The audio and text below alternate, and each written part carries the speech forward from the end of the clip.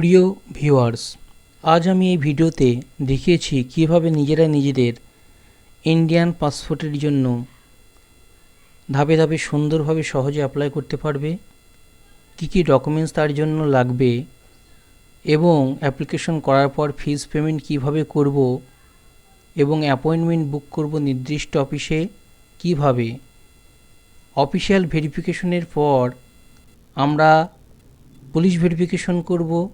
Police ভেরিফিকেশনের জন্য আমাদের থানা থেকে জানানো হবে এবং আমরা কিছুদিনের মধ্যে কিন্তু আমাদের পাসপোর্টটি হাতে পেয়ে যাব।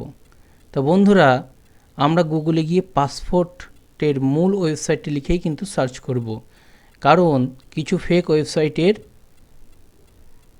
উদ্ভব ঘটেছে যা আমাদের ফিজ পেমেন্টের টাকাটা নষ্ট করে দিচ্ছে, অর্থাৎ টাকাটা নিয়ে নিচ্ছে। তাই মূল ওয়েবসাইটটি আমরা লিখব গুগলে গিয়ে এবং সার্চ করব। মূল ওয়েবসাইটের ফ্রন্ট পেজ আমরা লিঙ্ক পেয়ে যাব। ফ্রন্ট পেজে যে পাসপোর্ট সেবা উপরে মূল ওয়েবসাইটে লেখা আছে এবং এই পাসপোর্ট সেবা এই অপশানটির উপর ক্লিক করব। ক্লিক করার সঙ্গে সঙ্গে আমরা কিন্তু মূল ওয়েবসাইটের হোম পেজে চলে আসব। এখানে কিন্তু ওয়ার্নিং মেসেজ শো করেছে কিছু ফেক ওয়েবসাইট যেগুলো লঞ্চ হয়েছে এবং যার মাধ্যমে আমরা কিন্তু অ্যাপ্লাই করলে ক্ষয়ক্ষতির সম্মুখীন হব। সেই ওয়েবসাইটগুলো এখানে দেওয়া আছে। আমরা www.passportindia.gov.in এই ওয়েবসাইটটি কিন্তু অ্যাপ্লাই করার জন্য ব্যবহার করব। সো বন্ধুরা, বি কেয়ারফুল। তা আমরা পাসপোর্টের আবেদনের জন্য যদি আমাদের রেজিস্ট্রেশন করা না থাকে তাহলে আমাদের প্রথম কাজ হবে রেজিস্ট্রেশন করা। যদি রেজিস্ট্রেশন করা থাকে তাহলে কিন্তু আমরা ইউজার লগ ইন অপশানটির উপর ক্লিক করব। নিউ ইউজার রেজিস্ট্রেশন, নতুনভাবে পাসপোর্ট অ্যাপ্লাই করার জন্য। তারপরে আমরা যদি অ্যাভেলেবিলিটি চেক করতে চাই, অফিসিয়াল অ্যাভেলেবিলিটি, যে কবে আমরা অ্যাপয়েন্টমেন্ট নিতে পারি, প্রথমেই সেটা আমরা দেখে নেব। তার জন্য আমরা এই অপশানে ক্লিক করার পর আমরা পাসপোর্ট অফিস, এখান থেকে আমাদের রাজ্যের পাসপোর্ট অফিসটা বেছে নেব এবং ক্যাপচা বসিয়ে কিন্তু চেক করে নেব। তাহলে দেখতে পাবো যে কোন ডেটগুলো ফাঁকা আছে এবং কত অ্যাপয়েন্টমেন্ট ফাঁকা আছে এবং আমরা যে ডেটে যেতে চাই সেই ডেটটি ফাঁকা আছে কেন দেখে নেব। যে অফিসে যেতে চাই সেই অফিস ধরে। সো আমরা আবারও হোম পেজে ফিরে আসব। আমরা পাসপোর্টের অ্যাপ্লাই করার জন্য, নতুনভাবে অ্যাপ্লাই করার জন্য কিন্তু নিউ ইউজার রেজিস্ট্রেশন এই অপশনটির উপর ক্লিক করব। তাহলে রেজিস্ট্রেশনের ফ্রন্ট পেজটি খুলে যাবে। যারা দিল্লির বাসিন্দা তারা এই অপশনটি, আর যারা অন্যান্য রাজ্যের বাসিন্দা তারা পাসপোর্ট অফিস এই অপশনটি বেছে নেব। এবার এখান থেকে পাসপোর্ট অফিস আমরা এখান থেকে আমাদের রাজ্যের পাসপোর্ট অফিস, মূল অফিসটা খুঁজে নেব। যেমন ওয়েস্ট বেঙ্গলের পাসপোর্ট অফিস হলো কলকাতা, আমরা কলকাতা খুঁজে নেব ওয়েস্ট বেঙ্গলের ক্ষেত্রে এবং কলকাতার উপর ক্লিক করব। ওকে বন্ধুরা, কলকাতা থেকে কিন্তু আমরা পাসপোর্টটি পাবো। এবার গিভেন নেম, কার নেম, অ্যাপ্লিকান্টের নেম। এখানে অ্যাপ্লিকান্টের ফার্স্ট নেম লিখব, যদি মিডল নেম থাকে ফার্স্ট নেম, একটা পেজ দিয়ে মিডল নেম লিখব। মিডল নেমের জন্য আলাদা কোনো কলাম কিন্তু নেই। সার নেম, এখানে অ্যাপ্লিকান্টের সার নেম অর্থাৎ টাইটেল লিখে দেব। সো বন্ধুরা, নাম সঠিকভাবে লিখব, ডকুমেন্টস দেখেই লিখব। ওকে, এরপর যে অপশনটা আছে ডেট অফ বার্থ, আমরা আমাদের জন্ম সার্টিফিকেট দেখে কিংবা আধার কার্ড দেখে সঠিকভাবে ডেট অফ বার্থটি, প্রথমে সাল, তারপরে মান্থ, তারপরে ডে সিলেক্ট করে ডেট অফ বার্থটি এখানে বসিয়ে দেব। ইমেল আইডি কিন্তু অ্যাক্টিভ থাকা চাই এবং খোলা অবস্থায় থাকা চাই। ইমেল আইডির মাধ্যমে কিন্তু আমাদের রেজিস্ট্রেশনটি অ্যাক্টিভ হবে, তবে আমরা কিন্তু ইউজার আইডি পাবো। ওকে, ইমেল আইডি ইউনিক হওয়া চাই। ইমেল আইডি লিখে দিলাম এখানে। ইমেল আইডিকেই যদি ইউজার আইডি হিসেবে ব্যবহার করতে চাই তবে ইয়েসে ক্লিক করব, যদি আলাদা করে ইউজার আইডি ক্রিয়েট করতে চাই তবে নো। ঠিক আছে, ইমেল আইডিকেই আমরা ইয়েস করেছি এবং আমি চেক করে নিলাম ইমেল আইডিটা ঠিক আছে এখানে চেক অ্যাভেলেবিলিটি ক্লিক করে। পাসওয়ার্ডের ক্ষেত্রে বলে রাখি, কারো নাম যদি হয় রমেন তাহলে 8টা বড় হাতে লিখে বাদ বাকি লেটারগুলো ছোটো হাতে লিখে @1 2 3 4 এরকমভাবে আমরা পাসওয়ার্ড এবং কনফার্ম পাসওয়ার্ড কিন্তু ক্রিয়েট করতে পারি। কিছু স্পেশাল ক্যারেক্টার রাখবো, অর্থাৎ পাসওয়ার্ডের মধ্যে পাসওয়ার্ড, এবং এই পাসওয়ার্ডটি অবশ্যই আমরা মনে রাখবো, কারণ আমাদের ইউজার নেম এবং পাসওয়ার্ড দিয়ে কিন্তু আমরা লগ ইন করবো। হিন্টস কোশ্চেন, যদি আমরা পাসওয়ার্ড ভুলে যাই অনেক সময়, তাহলে আমরা কিছু হিন্টস কোশ্চেন এখানে আছে। আমরা যেমন ফার্স্ট স্কুল বেছে নিলাম, এখানে আমরা অ্যাপ্লিক্যান্ট অবশ্যই ফার্স্ট স্কুল নেম লিখে দেবে, যাতে পরবর্তীতে আমাদের ইউজার নেম কিংবা পাসওয়ার্ড খুঁজতে সুবিধা হয়। এখানে লিখে দিলাম ফার্স্ট স্কুল নেম। ওকে, লিখে দেওয়ার পর আমরা ক্যাপচা বসিয়ে কিন্তু রেজিস্টারটি করে নেব। তাহলে আমাদের রেজিস্টারে ক্লিক করার সঙ্গে সঙ্গে কিন্তু ইমেলে আমাদের কিন্তু একটা মেসেজ পাঠিয়ে দেবে অফিস থেকে, এবং এখানে আমরা ক্যাপচাটি বসিয়ে দেবো। ওখানে সম্পূর্ণ ক্যাপচাটি নির্ভুলভাবে বসাবো এবং রেজিস্টার এই অপশনটির উপর ক্লিক করব। এখানে thank you for register passport Seva portal, এবং এখানে অ্যাক্টিভ করার জন্য ইমেলে একটা লিঙ্ক দেওয়া হয়েছে, সেই লিঙ্কটা এই তারিখ ডেটের মধ্যে আমাদের কিন্তু অ্যাক্টিভ করতে হবে, সেটা লিখে দিয়েছে। তাহলে আমরা আমাদের ইমেলে চলে যাবে। এবার ইমেল থেকে কিন্তু আমাদের পাসপোর্টের রেজিস্ট্রেশনটা অ্যাক্টিভ করে নিতে হবে। তাহলে আমরা কি করব, এবার আমরা আমাদের যে ইমেল আইডিটি দিয়েছিলাম সেই ইমেল আইডিটি ইমেলে চলে যাব। এই ইমেলে চলে এসেছি। এবার এখান থেকে ক্লিক করলাম, এটা ওপেন করার পর নিচের দিকে স্ক্রল করে এসে দেখছি একটা লিঙ্ক পেয়ে যাব। এই লিঙ্কটির উপর আমরা ক্লিক করব। ওকে, এই লিঙ্কটির উপর ক্লিক করার সঙ্গে সঙ্গেই কিন্তু এন্টার ইউজার আইডি আমরা যেহেতু আমাদের ইমেল আইডি রেখেছিলাম, তাই ইমেল আইডিটি এখানে নির্ভুলভাবে লিখে দেব। এখানে ইউজার আইডিটি নির্ভুলভাবে লিখব এবং লেখার পর আমরা সাবমিটে ক্লিক করব। লেখার পর আমরা সাবমিটে ক্লিক করব। সাবমিটে ক্লিক করার সঙ্গে সঙ্গে কিন্তু your account has been activated successfully, অর্থাৎ অ্যাকাউন্টটি সাকসেসফুলি অ্যাক্টিভ হয়ে গেছে। Click here two log in, এই অপশনটির উপর ক্লিক করব। এবার আমাদের লগ ইন আইডিটি এখানে বসাতে হবে।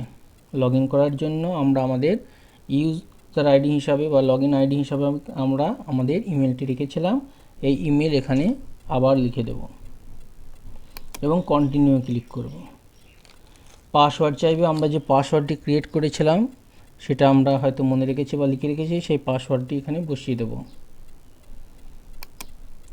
এবার ক্যাপচা দেখে দেখে যেভাবে আছে সেইভাবে এখানে বসিয়ে দেব। বসিয়ে দেওয়ার পর আমরা কি করব, বসিয়ে দেওয়ার পর আমরা লগ ইনে ক্লিক করব। তাহলে কিন্তু সাকসেসফুলি আমরা লগ ইন হয়ে যাব। অ্যাপ্লিক্যান্ট হোম, এখান থেকে কি করা যাবে, application fresh and reissue passport করা যাবে।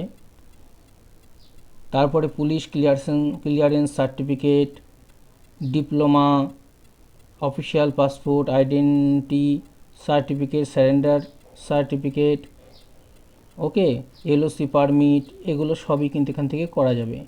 আমরা নতুন পাসপোর্টের অ্যাপ্লাই করার জন্য অ্যাপ্লাই ফর ফ্রেশ পাসপোর্ট রি ইস্যু অফ পাসপোর্ট এই অপশনটির উপর ক্লিক করব। তাহলে apply for fresh passport click করলাম। তাহলে আমরা পরবর্তী পেজে চলে আসব। এখান থেকে কিছু লেখা আছে, এই লেখাগুলো আমরা পড়ে নিতে পারি। ওকে, এবং তারপর আমরা click here to fill the application form, অর্থাৎ অ্যাপ্লিকেশন ফর্মটি ফিল করার জন্য এই অপশনটির উপর আমরা ক্লিক করব। আরপিও সেকশন, এখান থেকে আমরা প্রথমে স্টেট সিলেক্ট করে নেব এবং তারপর ডিস্ট্রিক্ট সিলেক্ট করব। এখানে বলা আছে অ্যাপ্লাইং ফর ফ্রেশ পাসপোর্ট রি ইস্যু অফ পাসপোর্ট। আমরা যদি ফ্রেশ পাসপোর্ট অ্যাপ্লাই করার জন্য আবেদন করছি, তাই ফ্রেশ পাসপোর্টটা রেখে যাবে, এবং নর্মাল এবং তৎকাল তাড়াতাড়ি আসবে, কিছু ফিস পেমেন্ট বেশি করতে হবে, আমরা নর্মাল রেখে দেবো। এবং দুটো পেজ আছে 36 পেজ, যথেষ্ট 36 পেজটা রেখে দেবো। 60 পেজ যদি আমরা নিই তাহলে কিন্তু বেশি টাকা পেমেন্ট করতে হবে। 36 পেজ রেখে দিয়ে আমরা নেক্সটে ক্লিক করব। তাহলে পরবর্তী অ্যাপ্লিক্যান্ট ডিটেলস পেজে পৌঁছে যাব।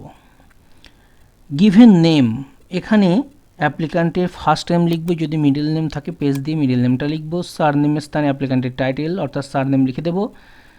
লিখে দেওয়ার পর আমরা এখানে অ্যাপ্লিকান্টের জেন্ডার সিলেক্ট করব। অ্যাপ্লিকান্ট অন্য কোনো নামে পরিচিত কিনা, যদি না হয় নোতে ক্লিক করব, যদি হয় ইয়েসে ক্লিক করে নামটা লিখব। অ্যাপ্লিকান্ট অন্য কোনো নামে পরিচিত কিনা, ওকে, বা অ্যাপ্লিকান্ট তার নামটি পরিবর্তন করেছে কিনা, যদি নো হয় নোতে লিখে দেবো। ওকে, ডেট অফ বার্থ আমরা সঠিকভাবে সিলেক্ট করব। এখানে ক্লিক করে আমরা সালটা সিলেক্ট করে নেব, তারপরে মান্থ, তারপরে ডেটা সিলেক্ট করব। তাহলে এইভাবে ডেট অফ বার্থটা ইনপুট করার পর দেখে নেব ঠিকঠাক আছে কিনা। এরপরে যে অপশনটি আছে সেটা হলো is your place of birth out of India, যদি ইন্ডিয়ার বাইরে তোমার জন্ম হয় তাহলে ইয়েস, যদি না হয় নো, বেশিরভাগ ক্ষেত্রেই নো হবে। Place of birth village, town, city, কোথায় জন্মগ্রহণ করেছে সে গ্রাম কিংবা শহরের নাম লিখতে হবে, যে যেখানে জন্মগ্রহণ করেছে সেখানে কার নামটা লিখে দেবে, গ্রাম কিংবা শহরের নাম। স্টেট, পরবর্তী অপশন হলো স্টেট সিলেক্ট করতে হবে, কোন স্টেটের বাসিন্দা। ওয়েস্ট বেঙ্গল সিলেক্ট করলাম। ডিস্ট্রিক্ট সিলেক্ট করতে হবে, যে ডিস্ট্রিক্টের বাসিন্দা, এখান থেকে নদিয়া সিলেক্ট করে নিলাম।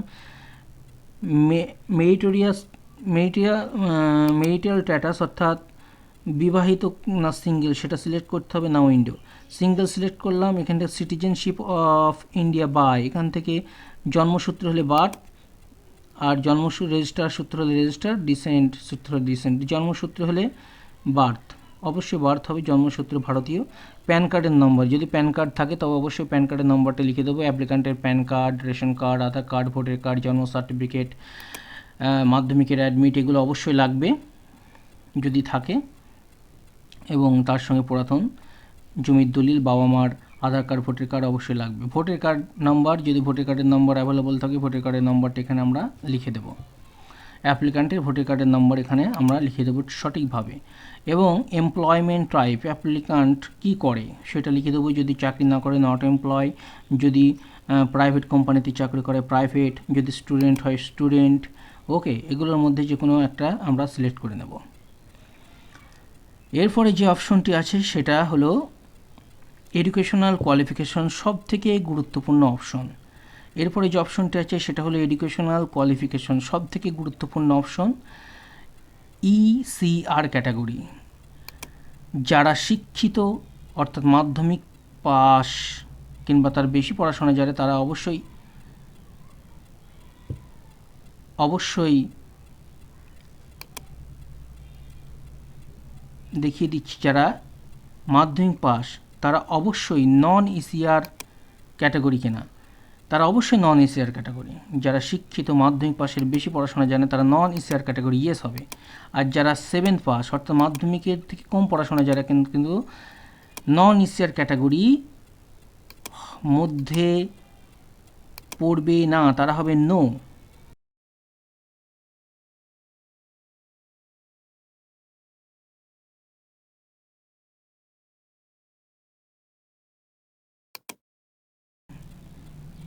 আর নন ECR ক্যাটাগরি পাসপোর্টের জন্য কিন্তু মাধ্যমিক পাস জরুরি, ECR না হলে, মাধ্যমিক পাসের নিচে হলে ECR ক্যাটাগরি, অর্থাৎ সব দেশের ক্ষেত্রে প্রযোজ্য হবে না।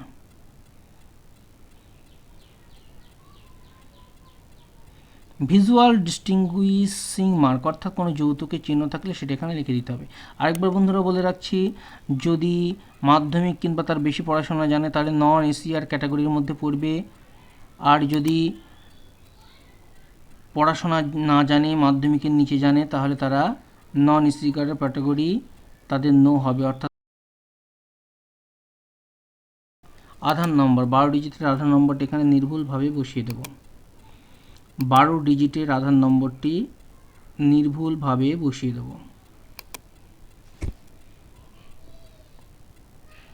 ওকে, চেক অ্যাভেলেবিলিটি ক্লিক করব, আধার কার্ডের ভ্যালিডেশন বা আধার কার্ড সক্রিয় আছে কিনা সেটা চেক করার জন্য। যদি আধার কার্ডের তথ্যগুলোকে আমরা পাসপোর্টের সঙ্গে শেয়ার করতে চাই, সমস্ত বায়োমেট্রিক অথেন্টিকেশন, যদি আমরা রাজি থাকি তাহলে ইয়েস করব, যদি না থাকে তাহলে নো করব, এবং অবশ্যই ইয়েস করার পর আমরা নেক্সটে ক্লিক করব। সেভ মাই ডিটেলস করে নেওয়া ভালো, সেভ মাই ডিটেলস, তাহলে আমাদের ডিটেলসটা কিন্তু সেভ হয়ে যাবে, কোনো কারণে আমরা অসুবিধার সম্মুখীন হলে আবার কিন্তু ওখান থেকে করতে পারবো। নেক্সটে ক্লিক করলাম, নেক্সটে ক্লিক করার পর এবার আমাদের চাচ্ছে family details, father's oblique legal guardian. এখানে বাবার নাম অর্থাৎ ফার্স্ট নাম লিখতে হবে, বাবার ফার্স্ট নেম এখানে লিখতে হবে, সার নেম এখানে লিখতে হবে, সার নেমের স্থানে সার নেম লিখতে হবে।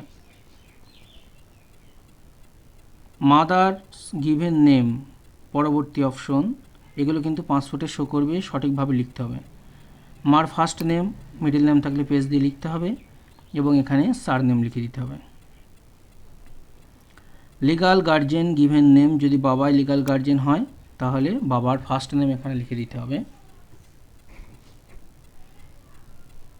ফার্স্ট নেম লেখার পর সার নেমের স্থানে সার নেম বসিয়ে দিতে হবে এবং নেক্সটে ক্লিক করতে হবে।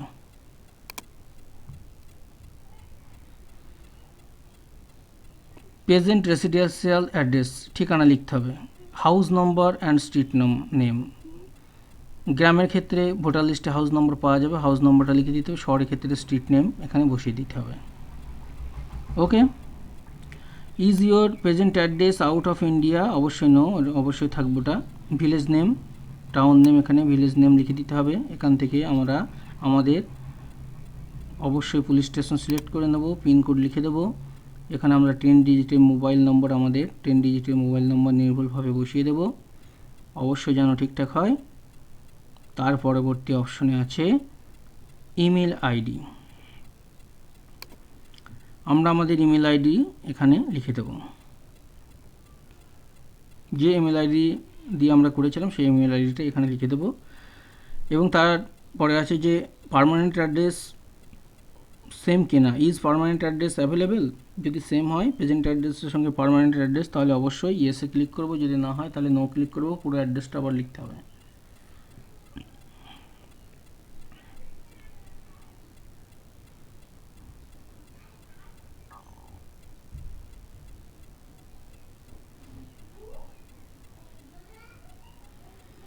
Is permanent address available.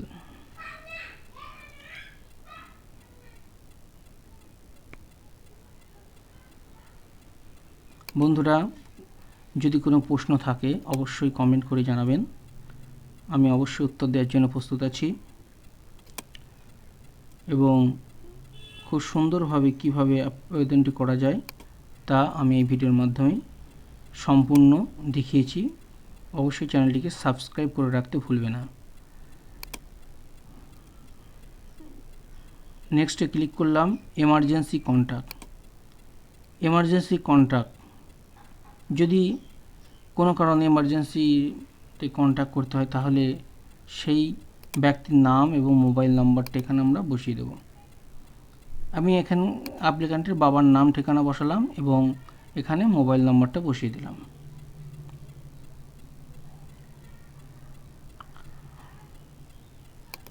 এবং ইমেল আইডি না বসাতে পারি, নেক্সটে ক্লিক করলাম। আইডেন্টিটি সার্টিফিকেট, পাসপোর্ট ডিটেলস, এখানে কিছু অপশন আছে। হ্যাভ ইউ এভার হোল্ড, মানে কোনো সময় ছিল কিনা, ডিটেলস অফ প্রিভিয়াস, যে নো, এখানে have you ever applied for passport, no, তিনটে অপশনই নো হবে। এবং এখানে কিছু আদার ডিটেলস আছে, এগুলো বেশিরভাগ ক্ষেত্রেই নো হবে। যেমন প্রথম অপশনে যেতে আছে ক্রিমিনাল কেস, যদি ক্রিমিনাল কেস কারো থাকে সেগুলো পড়ে পড়ে অবশ্যই লিখতে হবে ইয়েস, আর যদি না থাকে সবগুলোই নো হয়ে যাবে। দ্বিতীয় অপশনে আছে যেমন কোর্ট কেস, যদি না থাকে সবগুলোই নো হবে। আর তৃতীয় অপশনে আছে রিফিউজ বা ডিনাইড পাসপোর্ট, এগুলো সবই নো হবে যেহেতু আগে পাসপোর্ট ছিল না। এবং এক্ষেত্রে ফরেন ইয়ার সিটিজেনশিপ যদি না থাকে সব নো হবে। তার পরবর্তী অপশন আছে return of India on emergency certificate, এগুলোও কিন্তু নো হবে সব। এবং এগুলো অবশ্যই পড়ে দেখে নিয়ে নো করতে হবে এবং নেক্সটে ক্লিক করতে হবে। তাহলে পাসপোর্ট প্রিভিউ ডিটেলস একটা শো করবে। যেহেতু আমরা ফটো এখনও আপলোড করিনি তাই ফটো শো করছে না, কিন্তু বাদবাকি নিজের নাম, নিজের বাবার নাম, ডেট অফ বার্থ সমস্ত কিছু এখানে কিন্তু শো করছে। আমরা দেখে নেব অবশ্যই যে ঠিকঠাক আসছে কিনা, কারণ এগুলোই কিন্তু আমাদের পাসপোর্টের উপর শো করবে। অবশ্যই আমরা দেখে নেব, একবার নয় দুবার নয় বারবার দেখে নেব যে ঠিকঠাক আছে কিনা এবং নেক্সটে ক্লিক করব। এরপরে যেটা আছে সেভ ডিক্লারেশন। আমরা প্রুফ অফ বার্থ হিসাবে কী দিতে চাই? প্রুফ অফ বার্থ হিসাবে আমরা কী দিতে চাই? আমরা জন্ম সার্টিফিকেট যদি দিতে চাই, জন্ম সার্টিফিকেটটা সিলেক্ট করে নেব। ওকে, যদি প্যান কার্ড দিতে চাই সেটাও দিতে পারি। ওকে, তাহলে আমাদের যেহেতু জন্ম সার্টিফিকেট আছে, আমি এখান ক্ষেত্রে জন্ম সার্টিফিকেটটাই সিলেক্ট করে নিলাম।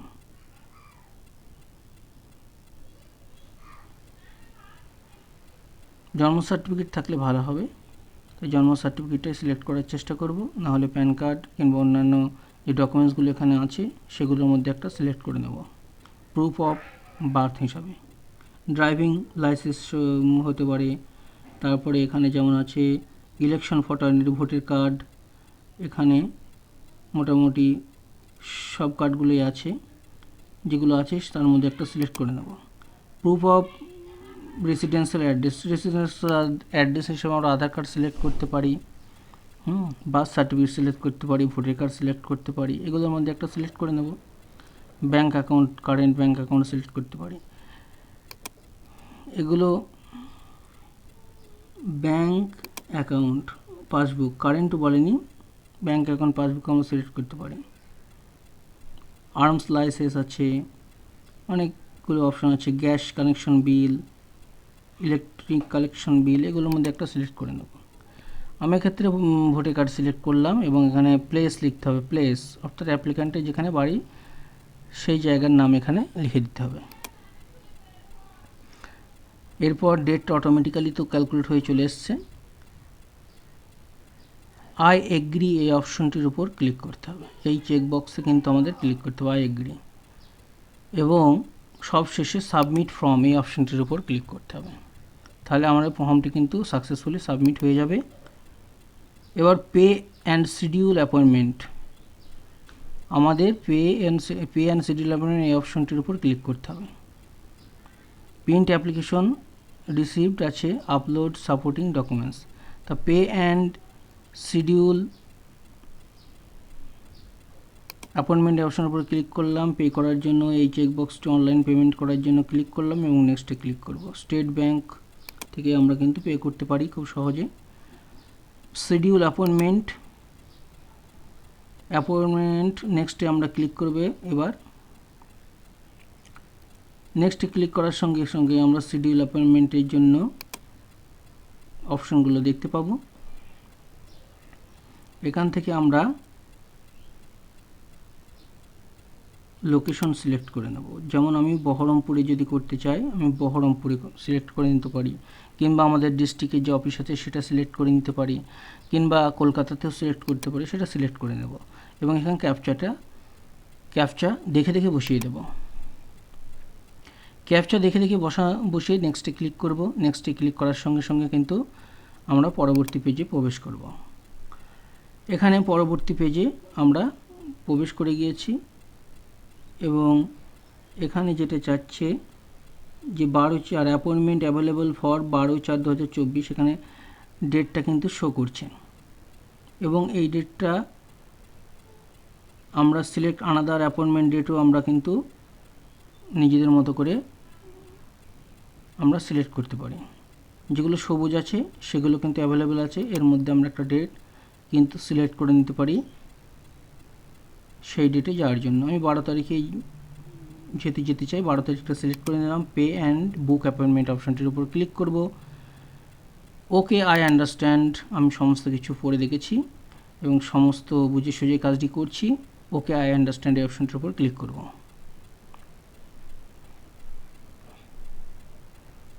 ওকে আই আন্ডারস্ট্যান্ড এই অপশানটির উপর ক্লিক করার সঙ্গে সঙ্গে কিন্তু আমরা পেমেন্টের জন্য SBI কালেকশনে পৌঁছে যাব।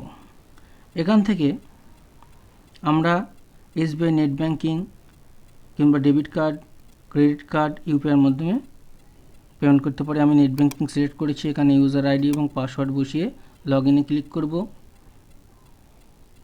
এবং এখানে কিন্তু অ্যাপ্লিক্যান্টের কিছু ডিটেলস শো করবে। আমরা পরবর্তী পেজে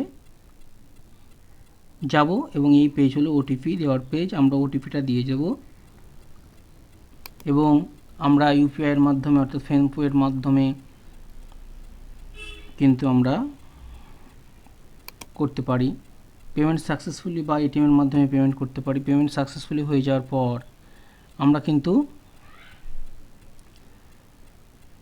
প্রিন্ট অ্যাপ্লিকেশন রিসিভড এই অপশনটি উপর ক্লিক করে অ্যাপ্লিকেশন রিসিপ্টটি প্রিন্ট করে নিতে পারি। অবশ্যই প্রিন্ট করে নেব। প্রিন্ট অ্যাপ্লিকেশন রিসিপ্ট অপশনটির উপর ক্লিক করব। এখান থেকে প্রিন্ট অ্যাপ্লিকেশন রিসিপ্ট আবার অপশনটি পেয়ে যাচ্ছি, এই অপশনটির উপর ক্লিক করব এবং এখান থেকে okay, print out of application receipt okay এই অপশনটির উপর ক্লিক করব। পপ আপ যদি থাকে আমরা অ্যালাউ করে নেব।